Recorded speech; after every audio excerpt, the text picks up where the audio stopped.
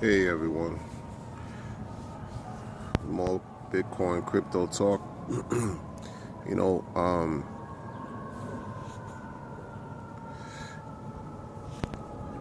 Bitcoin, has only been in existence for 10 years. Why do I say that? Well, Bitcoin is being compared now to certain payment systems that have been used for decades, right? Let's talk about Visa. As far as MasterCard, PayPal, and Bitcoin. Well, Visa, they're saying, was introduced, to the market in the 50s. MasterCard joined Visa joined Visa as a payment processing tool in the 60s. PayPal jumped on board, they're saying, in the late 90s, around 1998 or so. And now you have Bitcoin, which has only been 10 years in existence. So in 10 years, the technology of Bitcoin, the development of Bitcoin throughout all its changes has advanced to the point where they're comparing this. It's becoming almost like a forerunner with the likes of MasterCard, Visa, PayPal. I mean, those are those are indicators right there of how the crypto is being viewed on a serious level. Those are indicators right there. They're saying, Visa and MasterCard are, elements that, I believe 5 billion people use. Or it's just the rate of those cards being used very high, very high. So, Cash App now has the option, well, not now as in today, but they also have the option of, utilizing Bitcoin if you want to receive crypto, payments. There talks of exchange trading funds, ETFs, trading Bitcoin on ETFs. They're waiting to get the green light. Once groups like Fidelity Investments and the New York Stock Exchange and NASDAQ, Chase, JP Morgan Chase, just, not just announced as of today, but they are also working on creating their own coin. You have governments that are announcing that they're buying Bitcoin. I believe Russia, of course, China, they say, has the biggest mining pool. They mine Bitcoin exponentially. You have cryptocurrencies that are working with impoverished nations, or, nations that are dealing with extreme oppression and monetary volatility, like Dash, that are working with the people of Venezuela because their monetary structure has collapsed. These are small examples. Different businesses that are but are allowing you to make payments with Bitcoin. These slow moving changes that you see that are being made add to the value, add to the potential is huge. The potential potential is huge.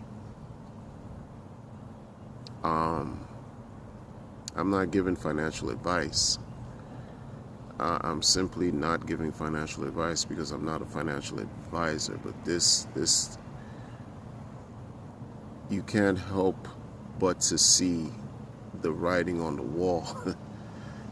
You know, you're talking about Bitcoin is just made up of one and zeros, the numbers, math.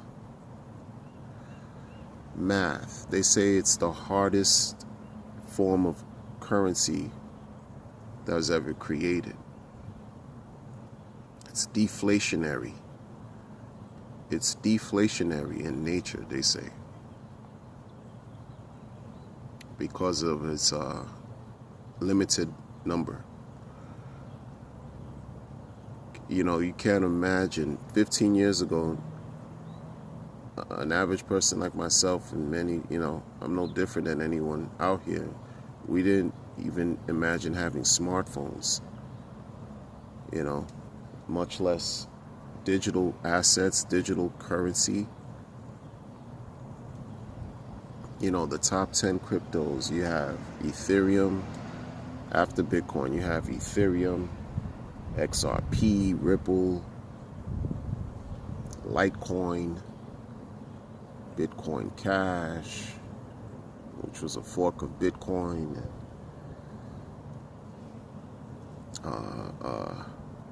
These, you know, EOS. These, a lot of people call them, you know, call anything outside of Bitcoin. People, there's a group of people that just believe in Bitcoin. They call them maximalists. They only believe in Bitcoin and that's it, and that's fine. That's fine. But you have upwards of 2,000 different coins out there.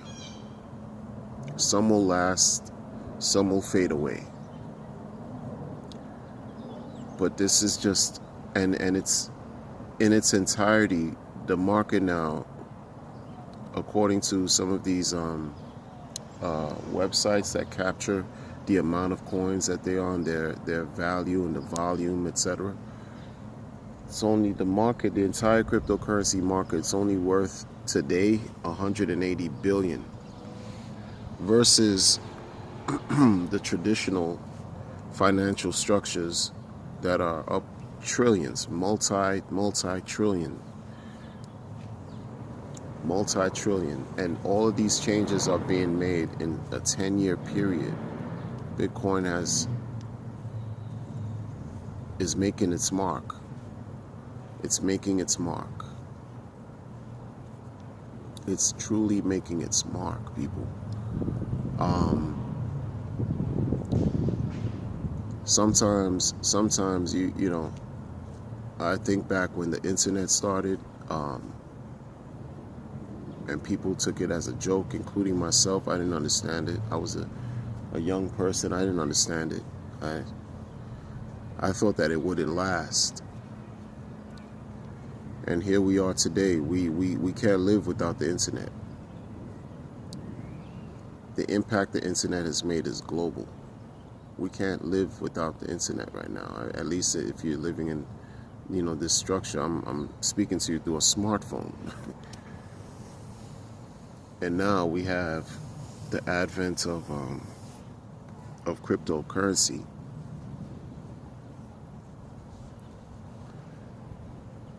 Without the internet, I mean, the only way you could shut down cryptocurrency is if you turn the internet off. If it just, that's it. And imagine if we can't live without the internet. If we cannot live without the internet, what do you think is going to happen to Bitcoin and cryptocurrency? You know, you have the Internet of Things, where life is being created around the internet, including the internet of Things, you know, having everything connected to the web. What do you think is going to happen to Bitcoin, this digital asset? Some say it's a store of value. Some say Bitcoin has just become a store of value. It's slow. compared to the other systems, like, but they implemented the Lightning Network, which could afford quicker transactions at lower fees, but they still say it's slow. It's the OG, it's the first of its kind. But I tell you, it doesn't seem like it's going anywhere at all. It doesn't seem like it's going anywhere, and that should, and it will continue to spark interest. It will continue to grow, continue to spark interest. There's this thing called rehypothecation, and I found that rehypothecation to be very, very interesting. How do you prove that you own something when something that you think you own can be lent over and over and over and over again by other people? In other words, that they could claim what you think you own. For example, how do you know you own a particular equity or a stock? If it's, if you have it with a certain brokerage or whatever, however you keep your investments, you have it, for example, brokerage A, B, and C, and you think you're in Amazon, you have a stock of Amazon, but how do you really know you own that stock? You just trust the brokerage. You paid a certain amount of money to the brokerage for the stock, and you have a stock, but do you really have it? It's just because they will, for example, and I could be getting this wrong, but they will sort of like lend on top of that stock that you think you own, and other people could claim ownership to that stock, which is rehypothecation. It's crazy. And the same thing can be done with crypto. If you don't own your keys, if you don't own your private keys. I've seen young people within the past 2 years, I've seen young people jump on social media and brag about how much Bitcoin they have, right? Like 50 Bitcoin, 60, 100 Bitcoin, 200 Bitcoin, young people. And learning the little bit that I know about this space, about Bitcoin, I was saying to myself, why are they doing this? Why are you on bragging? You just don't know, you don't understand what you're doing right now. Because, at the time, a couple years ago, Bitcoin went, especially in the late 2017, Bitcoin reached its all-time high, pushing 20K.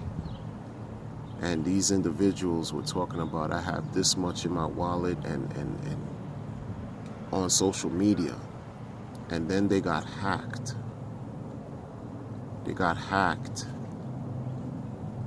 Their coins got stolen.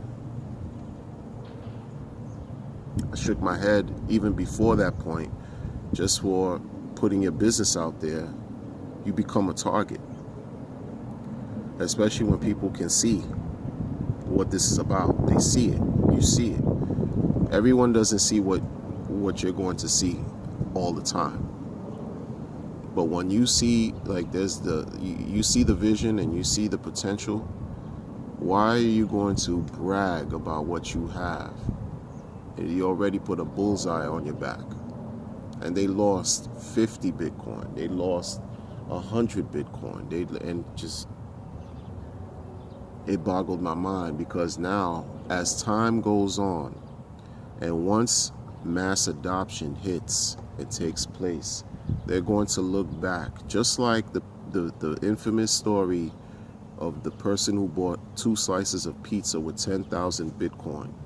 The same way that person, is possible. I don't know. It could be deeply regretful in spending 10K because they couldn't predict where it's going to be, where it's going to go, right? But imagine if they held on to those Bitcoins today, they would have been sitting pretty. It's the same way that these individuals who brag about, you know, I have this in my wallet, I have that in my wallet. It's just very ignorant. And then you lose it, and then where you're stuck. You'll be remorseful and regret. Why do that?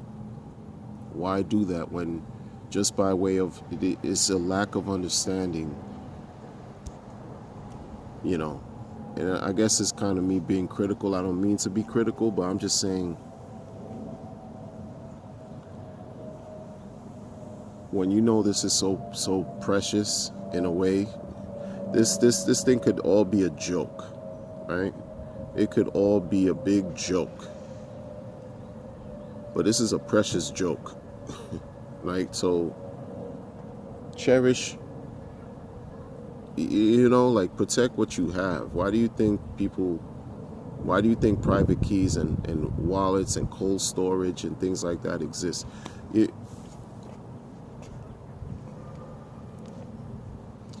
know, they say if you become sovereign, you become, because they can't confiscate. Nobody can take away your crypto from you. No government, no central authority of any kind can take your crypto away from you, which allows you to become empowered. So why brag and boast? That's just sheer overzealousness, I dare to say, in a certain level of ignorance, and not to be pejorative, but that's, you don't know what you have until you lose it. And in this case, these people lost it. And the reason why I'm emphasizing is because now there are people who can't even afford 5K. I'm not. It's just what it is. There's people who can't afford to spend $1,000 on something they really don't understand. It's a risk. It could all be a big joke. It's a chance that you're taking, right? But what if it does turn around and it consistently moves in a direction where it becomes stable after a while, and you just put yourself in a decent position in life, instead of squandering or bragging and boasting about what you have on social media, on the world. You have this in your wallet, you have that in your wallet. Who cares? You just made yourself a target. Especially if you're dealing with something like this that's supposed to be finite. It's supposed to be limited. There's a hard cap. It's just not the best thing to do. It's not the best move to do. And since then, I mean, they've continued to make videos, but the tone has changed. I guess they've learned.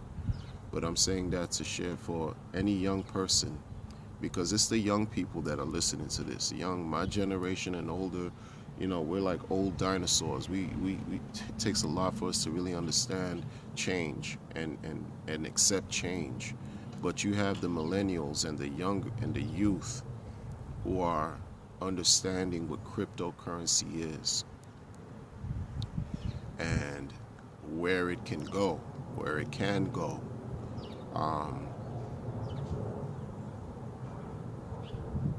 And they are the future.